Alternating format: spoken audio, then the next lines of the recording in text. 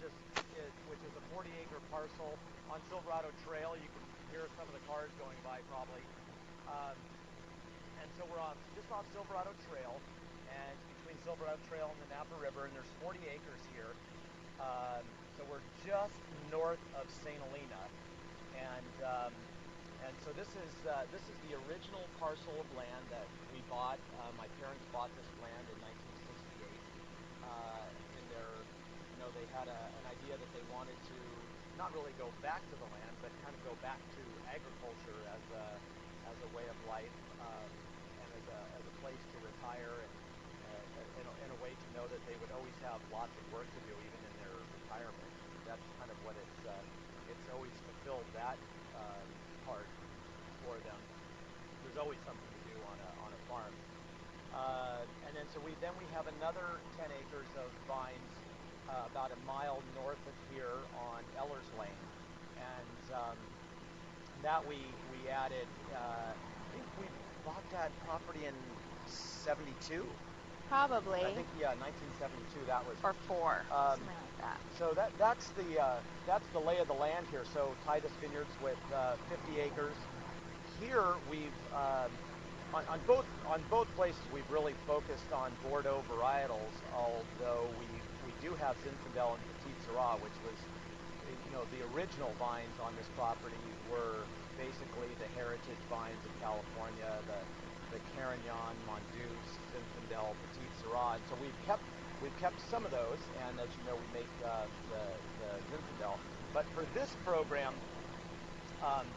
this is the 5th release of this wine, and it's something that, with like anything else, but especially wine, there's always a desire to create something better, more intense, more that reflects our own vision of wine.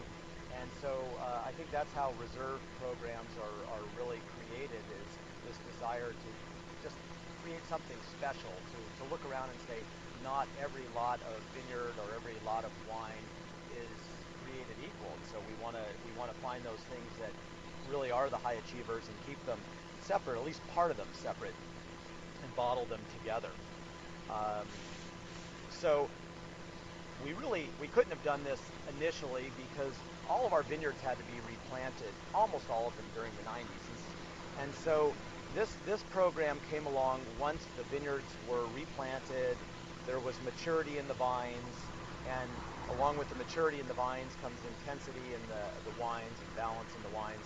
So once that time came around, we felt this was we could make something that really represented the best from both pieces of property. So Ellers Lane is really the biggest contributor here, because the Silverado Trail property is valley floor. It's flat. It's kind of a sandy loam, very good ground. It's fertile, but it's not so fertile that the vines grow big and lush. They still struggle to a certain degree here, and it's more suited to certain clones of Cabernet and certain rootstocks. But what we really have that's special is on Ellers Lane, a very rocky, dry, partially hillside property. How are we doing here? Keep going. Okay, I'll keep just a second.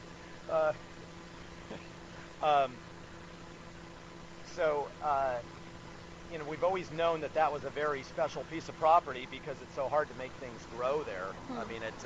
And you guys had to establish the vineyard on Ellers Lane. This was already planted?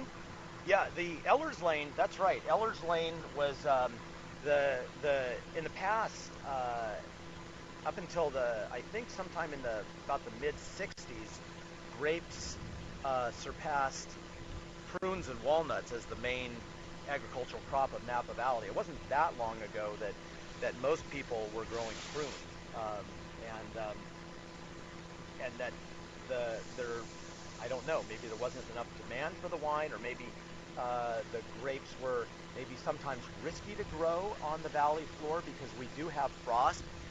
You don't see our wind machine, but starting here when these buds break, we'll have about potential like 2 months of frost, and that happens more in the valley floor, and that will pose a big problem if you don't have frost protection. And really, until the 50s and 60s, there was no frost protection for these vines. And so I think people diversified. There's no point in growing grapes when on any given year they could all be wiped out. You know, you could just have a big frost and you would have nothing to harvest in the fall. So people grew prunes, they grew walnuts, they had animals, they grew grapes, always grapes, but you know, the whole valley floor wasn't covered with grapes like this.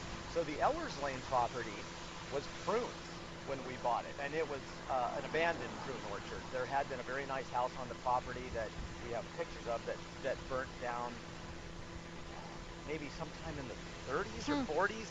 That house burnt down, and at some point the prunes had been abandoned. So very special piece of ground, and like I say, very hard to grow things there, which is always a good thing for grapes because you get these little tiny grapes, very intense.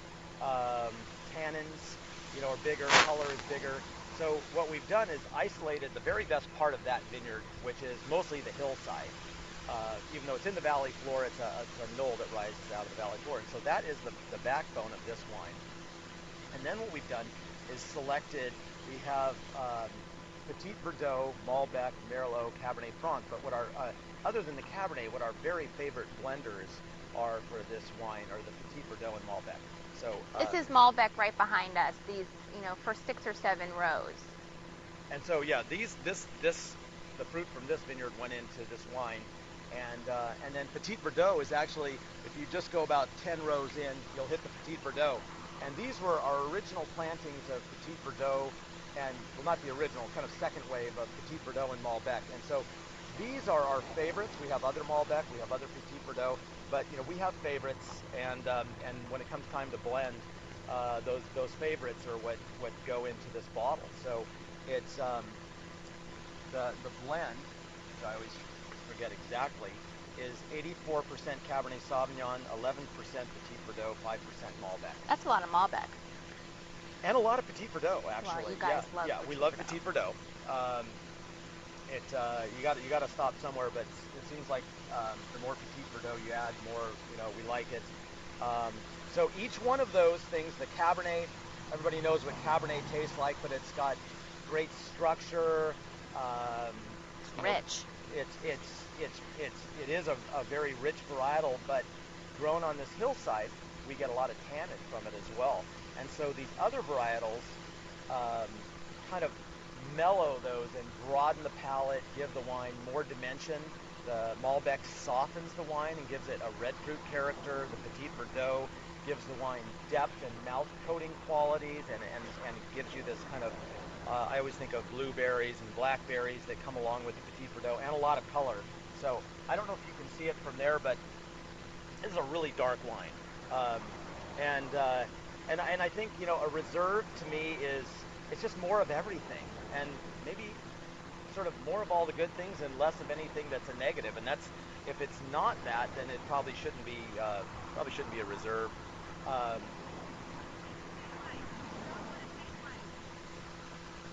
Well, I already know I can taste it, but I'll taste it.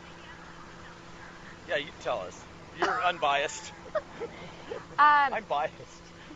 Well, what I like about the Reserve Cab, and this is a wine that we keep very small production, always 500 cases or less, but I think, what resonated with me when we tasted we actually tasted this wine last week, I think it was, is, as Philip was mentioning, even like just a taste of this wine seems to fill up the entire glass. It's a richer, racier style of Cab.